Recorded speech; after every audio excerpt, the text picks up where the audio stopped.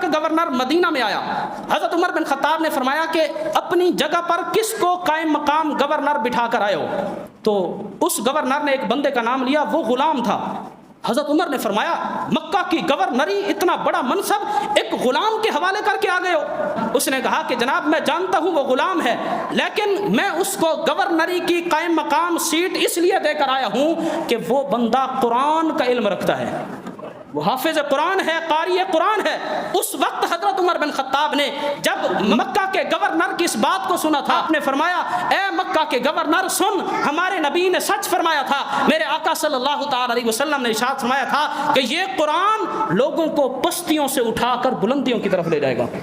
میں وہ ذات کا تو غلام تھا لیکن قرآن سینے میں تھا، قرآن اس کو غلامی سے اٹھا کر گورنری کی سیٹ پر لے آیا۔ یہ آج بھی میرے آقا صلی اللہ تعالی علیہ وسلم کا فرمان حق ہوتا نظر آ رہا ہے۔